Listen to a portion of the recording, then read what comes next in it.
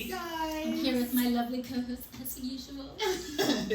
And today we're going to be talking about mental health. So wonderful people are diagnosed with mental health. And what is mental health? It's a big topic that everyone's talking about now. But what is mental health? Well, mental health, I guess, is the state of your mental, right? You know, the way I like to describe it is that we are all experiencing a mental health journey, right?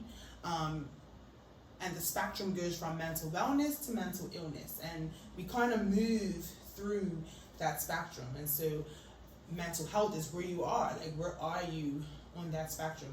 Is your mental health in a good space? Are you struggling? And I mean, of course, there's so many other nuances and breakdowns, but that's kind of like, for me, my broad idea of it. Like, we're all experiencing mental health, but are we experiencing wellness? Are we experiencing illness? Are we moving back and forth between the two? Yeah, so I guess like a general condensed definition would just be psychological and emotional well-being. Yeah, definitely. And I'm glad that you added emotional in there, because it's not just your mind, it's your mental, emotional, spiritual, like it all kind of intertwines. But just as like context, so October 2nd through 9th is Mental Health Awareness Week. So this is, a on-time topic and an on-time conversation for us to have right now, because I think in the community you might be hearing about it more over the coming days. So yeah, like maybe we can just chat about our own personal journey with mental health. For sure. Who wants to go first? I think just contemplating this topic before we got started, a memory, and it's not even a memory that I have, but it's a memory that has been communicated to me of I think the big mental ebbs between illness and wellness is when we was in New York. And we went out first, and we met, and Dad flew out to meet us. And we was in the library, and I think we was able to pick out books. And apparently, because I couldn't decide on a book, I had like a little fit and pulled books off the shelf. And I don't remember this, but it was communicated to Dad that this happened, and Daddy communicated to me later on life. But it makes a lot of sense, because as an adult, I noticed that more recently I'm in a space of wellness in this area. But previously, I did not handle disappointment well, and I would get very frustrated very easily when something didn't go according to plan. So I think even at a young age, the disappointment of not being able to find a book, the frustration of not being able to make a decision, or maybe feeling like I'm going to miss out because I'm not making a decision in time, reflected in that fit. But it very much, I could see how that has resonated in my life. So it's been like a pattern. It's been a pattern where it comes to being disappointed. So a big part of mental health is being able to regulate your emotions. And we're not always taught how to regulate our emotions, especially like as children. Mm-hmm. If we're not taught how to regulate our emotions and be able to communicate our feelings in a healthy way, then we develop patterns of behavior that communicate our feelings. So because we might not be saying, I'm having trouble making a decision and I feel uncomfortable because I'm having trouble making a decision, but our behavior is reflecting that I'm having trouble making a decision, And so, like you said, in the moment, you swung into, like, I guess, the illness side of mental health because you were struggling with regulating your emotion, and it's so common. Like, that's something that can happen to a person multiple times in one day, but we don't look at that as being a mental health issue. We just say, like, oh, I had trouble making up my mind. And it could be as simple as that, or it could be a little bit more complex, right? Fear of missing out, stuff like that contributes to those kinds of feelings. but I think it's about self-awareness. You know, if you see that that's a pattern that is happening consistently in your life, you might want to look at it. Because Lita said, you know, at the beginning that 1 in 4 people will be diagnosed with a mental disorder, right? And that's just those who will be diagnosed. Right. So many of us have experiences that are undiagnosed, and so we think that we're fine. But I think we all have mental and emotional challenges that we have to learn how to navigate, and it's becoming more normal for people to talk about that, which is a good thing. You know, I know for me, I didn't realize that I had mental health challenges. Like I didn't call it that until after. Okay, so just for context, in 2010, I attempted suicide, and even after attempting suicide, which clearly reflects mental illness, I was in a state of mental illness. Even after the attempt, I didn't think anything was wrong with me. I just thought I had, you know, was going through a rough period, and you know, that's what happened. But in the follow-up from the suicide attempt, I was diagnosed as clinically depressed, and I remember thinking, like, what on earth are you talking about? Like, I am not depressed. Like, I've had a good life. You know, I come from a good middle class family. Like, I don't have anything to be depressed about. That's what I thought. But those things aren't necessarily the contributing factors to depression. So I had to learn that having a good life doesn't mean that you're gonna have mental wellness. You know, there are chemical imbalances that you have in your brain that have nothing to do with your social or economic situation that can cause you to experience depression or feelings of anxiety more regularly than somebody else. You know, so it's just like so many things that can contribute to it, but you have to kind of be open to the idea that maybe there's something else going on. Like maybe there is a medical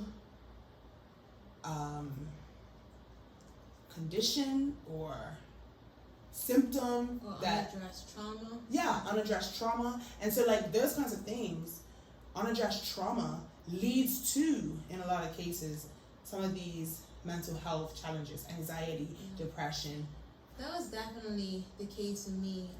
So I had mentioned, well, in 2020, after I had left a long-term relationship in the end of 2019, I embarked on a journey that I came across a girl named Ajane, a woman named Ajane, and our conversation kind of started on purpose. It was like, I feel like God created me to do something big. I just don't know what my purpose is.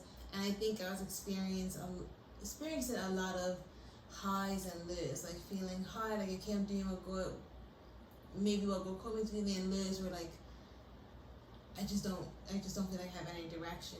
And she kind of saw that desiring purpose, or like there's something deeper going on, right?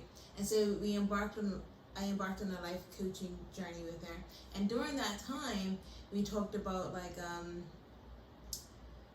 I can't remember the scientific description of it, but like having an emotional parent or a stable parent or a rejecting parent, like parental types.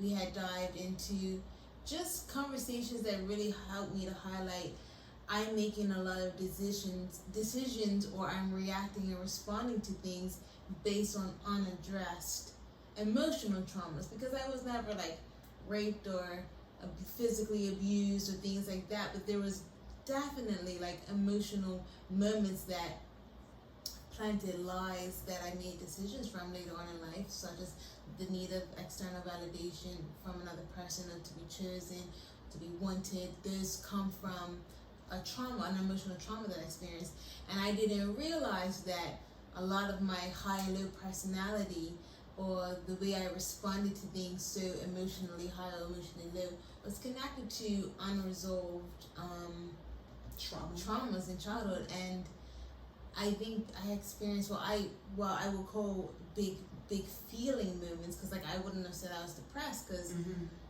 when I'm high, I'm happy go lucky. You wouldn't think that Chelsea's the bubbly one, she's the life of the party. But when I was low, I was low. Yeah.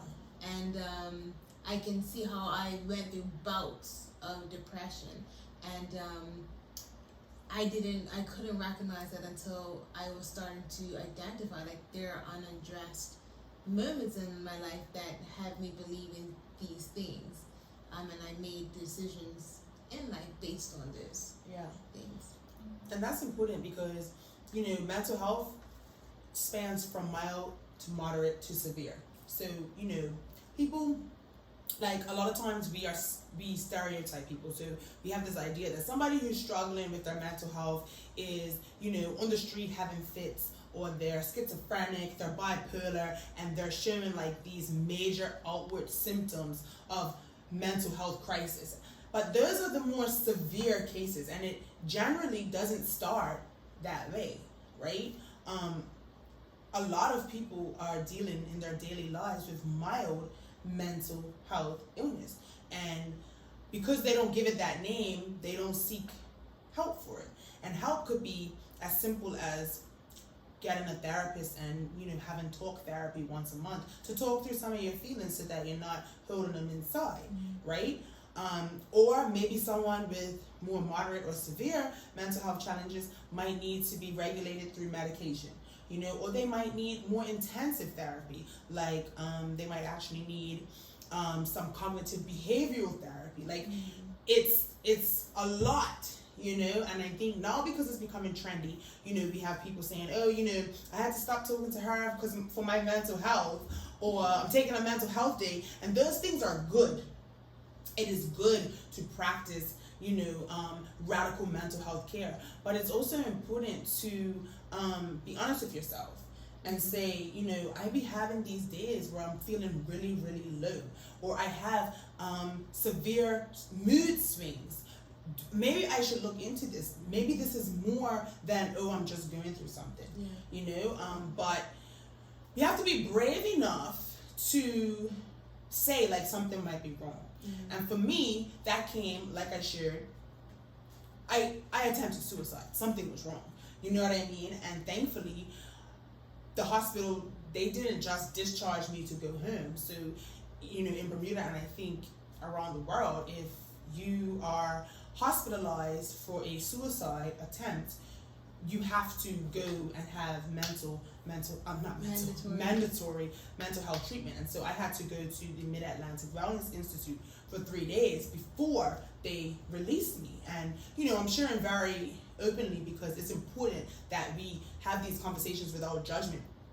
And so after seeing the psychologist, they determined that I was no longer a threat to myself or anyone else, but I had to have follow-up appointments, and in that process, I was diagnosed as clinically depressed. I didn't understand it at the time, but now I can definitely look back on it and look back on the choices that I was making immediately before my diagnosis, and I can see that they reflected a person who did not think very highly of herself, a person who didn't have a whole lot to live for, and those are symptoms of depression. I want to kind of piggyback off of that because recently, I personally believe that in Christ and the cross, like, we're set free. And, like, I feel like I've been set free from depression. Now, have I been set free from the temptation to participate in feelings? And, no. We're tempted, I believe, to participate in feelings. But I feel like where I am in Christ, He allows me to, and He provides the wisdom of the root of some things much quicker, and I'm able to regulate myself. And so what you just said, being before you diagnosed, you could see the person didn't value themselves. For me, my identity, learning about my identity and being rooted in Christ, something that is consistent, something that is constant, something that does not ebb and flow in negative or positive, constant, has been the biggest tool in regulating my mental health and keeping it on it staying in the wellness more often than adding into the illness. An example of that would be just recently I had a day where I had these really, really big feelings, and I called my dad on my lunch break crying, and this was maybe 3 weeks ago now, but I called my dad crying because I just felt like I had these really big feelings of sadness, and it was rooted in wanting to exist in companionship because I felt like I've been alone for a while and I desired companionship. It was, I'm doing this job that I'm good at, but I know that it's not what I believe I'm called to do, so I'm just kind of going through the motions and giving my best because I do what I do for God, but I know I don't want to be here long, and I was starting to dwell on all the things that I didn't have and where I wanted to be and where I wasn't, and all of these big feelings dwelling in lack created these big feelings. And my dad kind of called me out. It sounds like you want instant gratification, and that kind of caught me off guard. But like after I got off the phone, I realized that he's right. Instead of me dwelling in gratitude for the blessings that I do have, for the opportunities that I can, get from the job that I'm in, and just patience in God's timing, I was dwelling on lack instead of dwelling on gratitude. And when I realized that my big moment of feelings were rooted in impatience, once I realized that and started to participate in gratitude of everything God has done and trusting that He has a plan, I was regulated, and I haven't experienced a really big bout of feelings because having my value and my identity rooted in the truth that comes from the Bible, the Word of God. Okay, Chelsea, God has a plan for you. The Word says, plans for you, said the Lord, plans of peace, not of evil, plans for you to prosper, not have an expected end. It says that, like in Jeremiah, it says, I saw you in your mother's womb and I called you to be a prophet. I could speak truth, like solid truth of who God is over my life, and that is the biggest tool that keeps me regulated. And I think what you believe about yourself or really organically reflects your thoughts and your behaviors. And I think people not having a firm identity in something can really encourage that ebb and flow of in and out of emotional wellness or illness. I think, Salila, you can probably speak to that because you talk a lot about gratitude and mindset, in what you do. So I don't know if you have anything to add, because, this is not to minimize some of the more moderate and severe mental health challenges that people have. Like I mentioned earlier, some of it is really a chemical imbalance and it's not situational. But a lot of mental health, like mild mental health challenges, are situational and have a lot to do with mindset. And so a shift in that mindset to help you then be able to tackle your situation differently can really help. Yeah, I definitely agree, because I think most is around mindset and being mindful, and I think most of it is like trauma or situations, or like Chelsea said, your own personal thoughts. I'm a firm believer in the self-fulfilling prophecy, and what you believe about yourself, you will make it come into fruition. And I also believe that others can inflict a self-fulfilling prophecy on you. So if you're in school and you're told every day that you're never going to amount to anything, and you believe that, then you're just going to sit in class, you're not going to study, you're not going to worry about it, and then eventually you're not going to amount to anything unless you make that decision to change. And it definitely is a lot to do with the mindset. And listening to you guys, I have a very different experience, because I never really struggled with depression, but anxiety is something that I still struggle with today. And being mindful of my thoughts and my own limiting beliefs, which I also talk about a lot, has helped me. And I have accomplished getting over my anxiety of expressing myself, speaking my opinion in my personal life. I don't care about what anybody else thinks anymore in my personal life. I can easily express myself and tell you what I think now in my personal life. But in my work life, it's like I'm a whole different person. I feel like at work, I mean, I'm the same person, but there are elements of myself that I hold back at work because I don't feel comfortable to be my full self. And I feel like it's a constant judgment of, what is Salida going to say? So I have a strong anxiety around public speaking and things like that. So now I have conquered my personal public speaking, but say I'm in a meeting and I have something to say, my heart will be racing so much without me even committing to saying it yet. Just the thought of me thinking about saying what I'm thinking gives me anxiety because I know that everyone, people mostly listen to respond rather than listening to comprehend and understand. And there's a saying that always stuck with me. It's better to be thought of a fool than to open your mouth and prove that you are a fool. So that saying really stuck with me, and I know that in the workplace, everyone judges what you say. They always have something else to say. Also, if you say the wrong thing, you can be reprimanded for it. So a lot of the times, I might have something amazing to say, and sometimes what I have to say, somebody else says it, and everyone agrees with them. I'm like, well, Cecilia, you should have just said it. But it's that anxiety that stops me from speaking, and it really is like it confines me. Like I feel stuck. I feel like I can't even speak because my heart's racing so much. And I had a boss who said to me, she said, "You need to speak up more in meetings. Like everything else is great. Like you do everything. Like why don't you speak in meetings?" I said, "Well, I speak if no one says what I have to say. Like I speak when I need to." And like her feedback like that, I really started to speak in meetings. So now I do speak more in meetings, but my anxiety is still there. And a lot of people, I think, can resonate with that because anxiety is one of the most common mild to moderate mental health illnesses, right? Yeah, because they can range from anxiety to a full-blown panic attack that becomes a physical, debilitating, go to the hospital. And so it's great that you're able to work through your anxiety because for some people it's debilitating, where they calling in sick days when they know there's going to be meetings or, they totally avoid those kinds of situations because they aren't able to manage the anxiety. So but that was me, like I would avoid it. Right. Or like I would just not speak. And I was also always known as a quiet person. What tools have you used to get from where it was a bit debilitating to where you're better? I would say mindfulness, like literally just taking time to get to know myself, get to know that it is anxiety, accepting that I have this anxiety, and then being able to recognize when it's happening, to calm my mind, to say, Salida, these are your limiting beliefs. You can say what you have to say. People may judge you, but it really doesn't matter. Right. So you're talking yourself through it.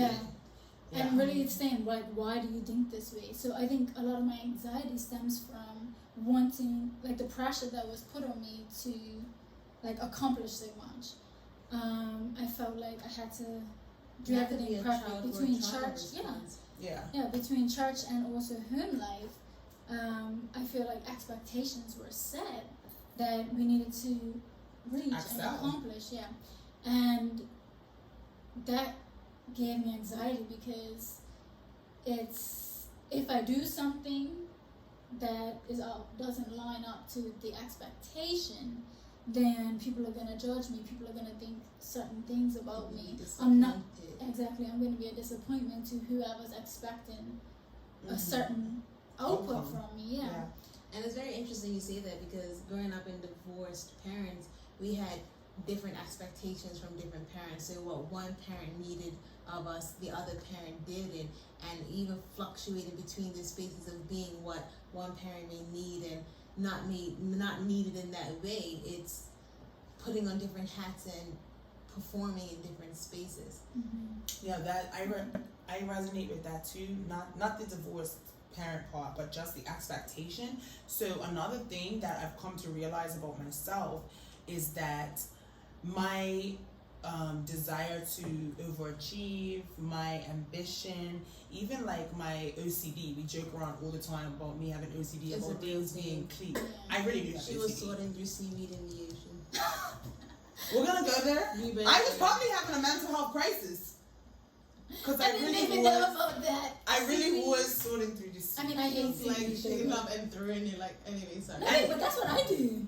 No, but I hate it the was, feeling of seaweed. she was collecting it. It was a bit much, but anyway, we're not gonna get into that Digress. because I'm not the point. shaming you, I promise. No, I know you're not shaming me, but the point that I was making is like I do struggle with the need to achieve, right? And so I always would say, oh, I just have OCD, or oh, I just I'm an overachiever, but the truth is that I have high functioning anxiety, and a lot of people with high functioning anxiety they excel in their career, they excel in the community, but it connects back to some type of trauma response. And so for me, I grew up as the third child of a family, of a successful family. So my brothers were so much older than me that by the time I was born, they had set a standard academically, and then as they moved into their professional life, they set a standard professionally. And so I did feel a burden that I had to meet or surpass. And you didn't even know that, like, I didn't know. Coming out and seeing they've already got bachelor's degrees and all of that. Yeah. You didn't know that they were just like a big average student. Right, I didn't know. I had no clue. Like Uncle Sean said, he struggled to get good grades. And my daddy said he just put in as minimal effort. That was me too. Yeah, and I felt like. But you were a 4.0 student. Yeah, I was a good student, and I think that I was a good student naturally. I have that natural ability, but there was always this kind of expectation, like, you're Sean's little sister, your mom's little sister, you're Howard's daughter. So in different settings, there were these expectations that were put on me that I didn't realize at the time, but it was contributing to the development of anxiety. I had anxiety. I remember once, it was science class, I got a C, and I was absolutely devastated. Like, devastated. I asked the teacher if I could resit the exam before bringing that C home to my parents, because I thought they were going to be upset with the C. Turns out that my daddy was fine. He was like, did you do your best? And I'm like, yes. He's like, all right, cool. As long as you did your best and you got a C, then I'm happy. If you didn't do your best and you brought home a C, then we need to have a conversation because you didn't do your best. But I had internalized all of the expectations as I'm only good enough if I perform at this level. And so after I made some pretty epic mistakes in my life, I felt like I had shattered everyone's view of me. I didn't meet their expectations, and so my value and my worth had decreased. And that's crazy because earlier when I was saying about me personally, my value being rooted in Christ and who God is, and that is constant and unchangeable. When our value is rooted in beings that can fail, you're only as good as that is going. So for me, if my value was rooted in being married, which it was at one point, my value was only as good as that relationship was going. If your value is rooted in your ability to succeed, your ability to make money, your ability to have affirmations from people, it is only going to be as good as it's going. And when it's going good, you have this high, and when it's going bad, you have these lows. And so that's why I had stressed the point that, what we believe about ourselves and where our identity is rooted contributes to that ebb and flow instead of having a constant regulated. And I agree with that, and that's why mindfulness is so important.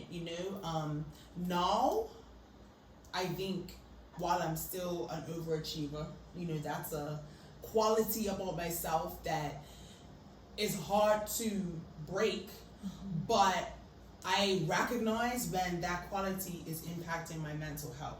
So, for example, and that's the important part. So, through self-awareness, through reflection, through having a therapist, I love my therapist so much. Like, you guys, honestly, if you don't have a therapist, really consider getting one, because therapy, people think that therapy is where you go when you're going crazy, right?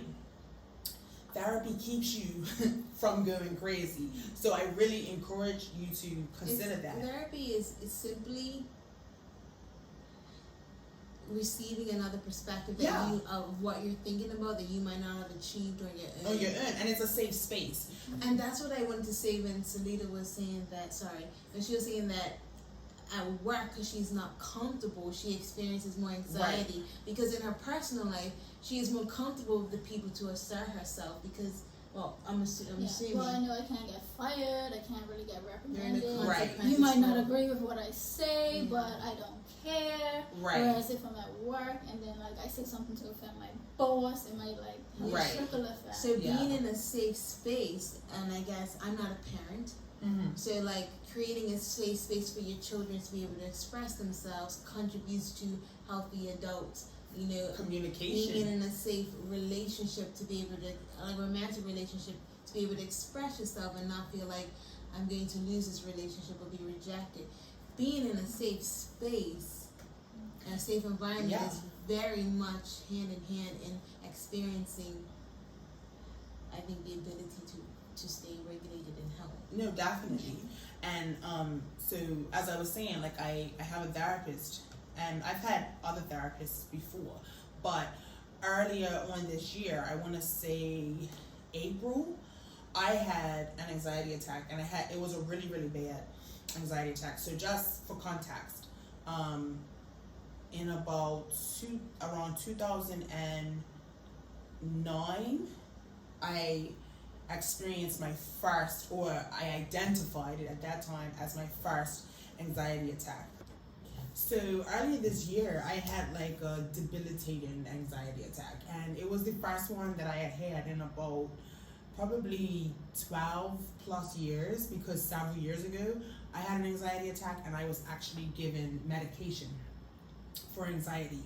And now, you know, with all the work that I've done on my mental and emotional health, I kind of thought I was beyond that, but I realized that I wasn't managing my life well. So as, you know, well functioning as I thought I was, you know, I was doing all the things, going to work, taking care of kids, like nothing was being neglected, everything was going good, except I wasn't managing it all well. So my mental health was decreasing and I was moving into mental illness, you know, and so I ended up having to go back to therapy. I got a new therapist, and now I go to therapy regularly, even if it's just once a month, just to chat about what I'm going through or how I'm feeling, because a big part of mental illness is, like we said earlier, not being able to manage and regulate your emotions and your life. And so that's where I found myself. Like, I didn't want to be a mama. I was tired of being a mama. You know, I felt like I had taken on too much professionally. I was in the middle of my master's degree, and like everything just came crashing, and there was nothing wrong. Like, there was nothing wrong. Everything in my life was good, but it was still too much for me to manage on my own. It's like burnout. Yeah, definitely experienced burnout. And so I'm so grateful now for that experience, because it prompted me to go back to therapy. And now I'm much more aware, and I take time to like assess, should I be doing all the things that I'm doing? Why am I doing this? Because having these issues of like overachieving or feeling like my value is attached to my achievements, having that as a kind of like subconscious mindset means that I'm always doing things. And so if I don't regulate it properly, then I burn out. I kind of want to add that sometimes people may have this misconception that if you believe in God and you believe in Christ, that you don't experience mental health. And I really liked your definition in the beginning, where it's like we all have mental health. It's the healthy state of our mind, emotions, spirituality type of thing. But for me, prayer is one of the biggest tools that I use to, you know, I think of the verses like take Christ's yoke, because his yoke is light, or bring your burdens and your cares. With prayer, all supplications, bring it to the Lord. And when I pray, half the time I'm not asking God for things. It's like, God, I'm being tempted with these feelings. What is your truth on this? Because resting in the knowledge that God has a plan, has done it for me, is is the biggest thing that helps me to say, okay, Chelsea, I don't have to participate in the temptation of anxiety because I can rest in the knowledge that God has it. I know a lot of the times that I would experience anxiety was in the form of control. Like things are happening out of my control. I can't regulate. It doesn't look like what it's supposed to look like, and that was a childhood response to being in a performative-based religion where if it doesn't look a certain way, then it's not good. Right. And so, being a Christian, when we have the knowledge that God has set us free from these things, it does not negate the fact that we're constantly tempted to participate in anxiety, to participate in the thoughts and the emotions that lead us down a hole that can lead to bouts of depression. And using prayer as a tool to be honest with God, because I've always said that God doesn't expect perfection, He expects honesty, because when we can be honest with Him, we can have genuine with God. I am being tempted to dwell on the fact that I am lonely, but you say that you're with me, you say I'm never alone. So I actually I said this to my friend. I said, how do I honor my feelings as well as not participate in the lie that I'm being tempted to? And she says, literally take it to Jesus. Because when I go to prayer and I'm honest with God that I'm being tempted to dwell in these feelings, just me bringing it to Him alone gives Him the opportunity to provide the rest and the truth over whatever is I'm being tempted. And then I have the opportunity to experience the rest that comes in. He actually cares about me so much. He has a solution for every obstacle. And one thing you said to me before, she said that just like little children go to their parents, we can go to God that way, because when my child's hungry, Mama, I'm hungry. Right. And He knows I'm gonna feed him. Right. So if we need something from God, we could go to God, like, Lord, I am feeling horrible today. Like, I don't feel like living. I don't feel like doing anything, going to work or whatever. Like, my mental capacity, I cannot take anymore.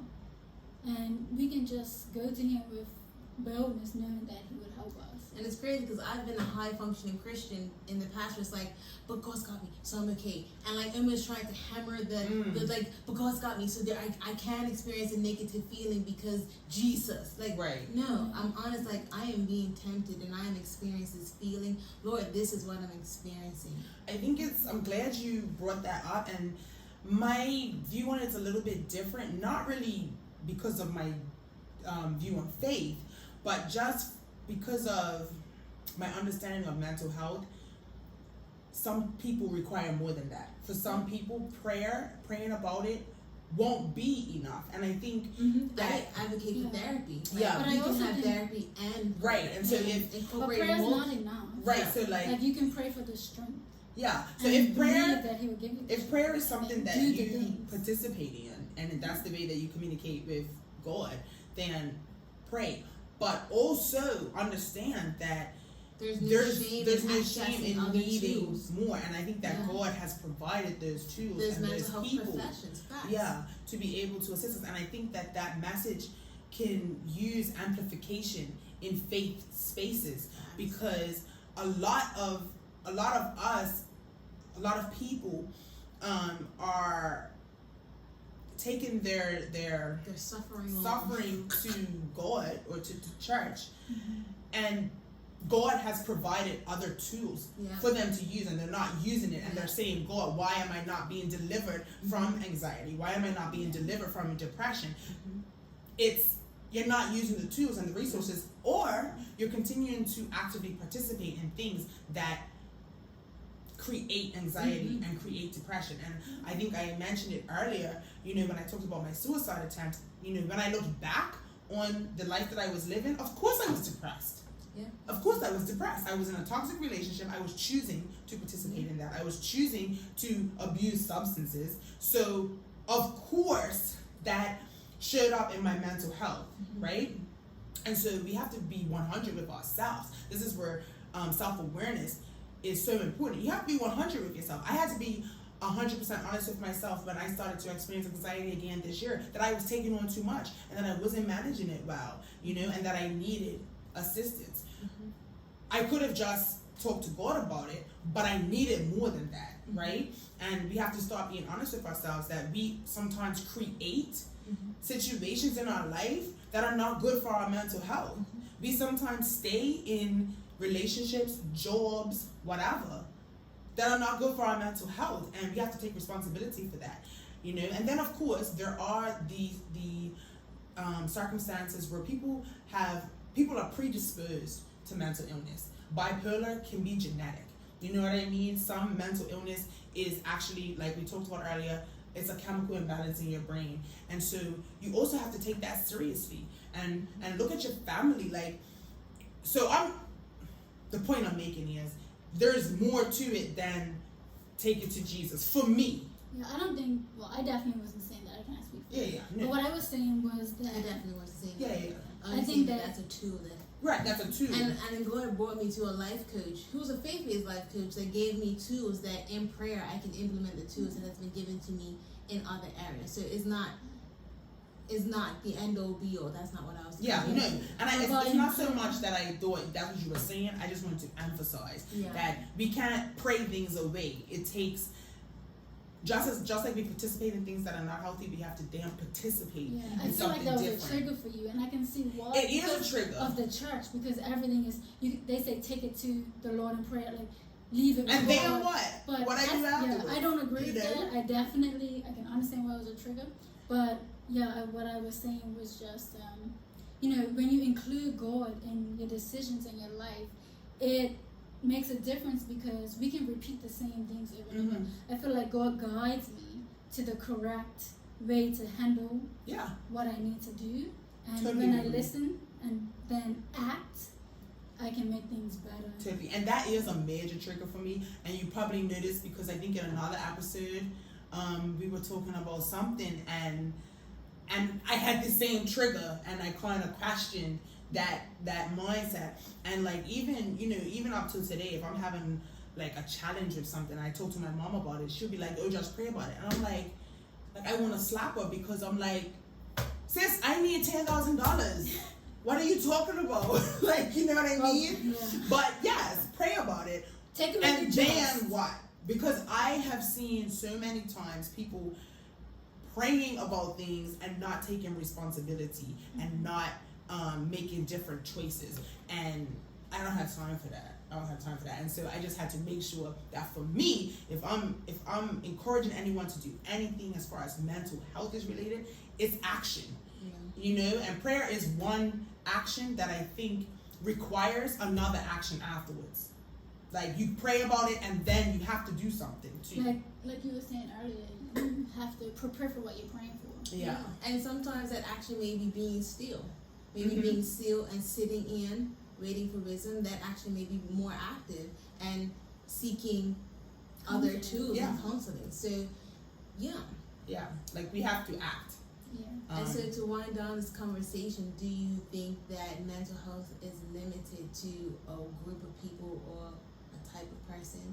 Oh, no, definitely not. I think that, everyone experiences mental health, and we experience it differently. And I think that all of us experience bouts of illness and wellness, and I do believe, at least from my personal experience, that when I'm actively participating in my mental health, like when I'm making decisions that promote wellness, I have a better experience, and when I'm making other kinds of decisions, I experience more illness.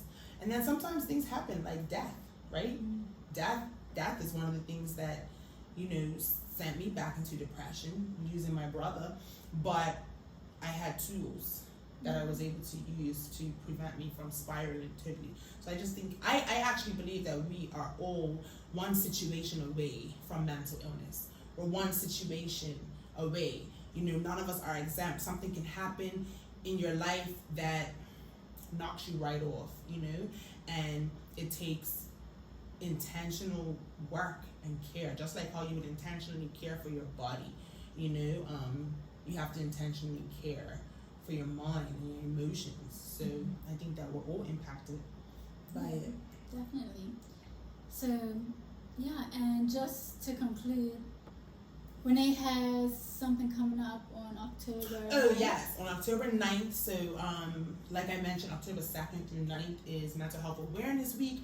And so I started this last year where on the final day of Mental Health Awareness Week, I held a free meditation session in the park where I talk about the benefits of meditation for your mental health, and then I teach some really simple meditation techniques. So I'll be doing that again this year, October 9th at 10 a.m. at Bar State Park. So if you want to come. It's free. And yeah, I hope I see you there. Well, we definitely stirred the pot. Yeah, on we this did. conversation. As always, I love you, ladies, and I just want to say thank you for creating a safe space for us to have these conversations personally. And I'm glad that we can create this safe space to have this conversation publicly, because we just really don't know who may need to be a part of the conversation. Agree. Yeah. And I feel like even though, like, when we started this, and even when I thought about doing Crockpot Convos, I didn't even see the benefit that it can have for us. Yes. Because even with mental health, I never really considered my own personal mental health. Like, from the outside, it can seem like I really have everything together. And literally during this conversation, I realized, anxiety is really something that is with my mental health. And I think these conversations are benefiting us. Facts. And Facts. hopefully they are benefiting you too. Yes. So thanks for joining us. Bye. Bye.